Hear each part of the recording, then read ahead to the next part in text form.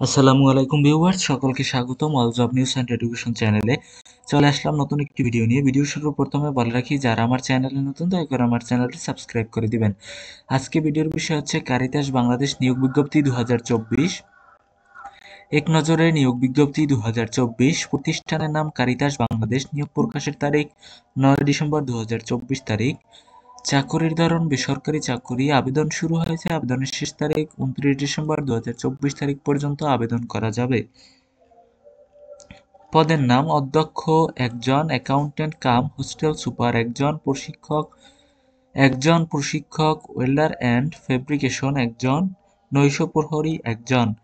Caritas বাংলাদেশে আবেদন করার পদ্ধতি: আপনি যদি কারিতাস বাংলাদেশ নিয়োগ বিজ্ঞপ্তিতে আবেদন করার জন্য একজন যোগ্য আগ্রহী প্রার্থী হন, তাহলে প্রার্থীর শিক্ষাগত যোগ্যতা, অন্যান্য যোগ্যতা, অভিজ্ঞতা এবং আবেদনের শর্তাবলী সমূহ ওয়েবসাইটে পাওয়া যাবে। প্রার্থীর আবেদনপত্র আগামী 29/12/2024 খ্রিস্টাব্দ তারিখের মধ্যে ডাকযোগে অথবা কুরিয়ার সার্ভিসের মাধ্যমে অথবা সরাসরি আঞ্চলিক অফিসে জমা দেওয়া যাবে।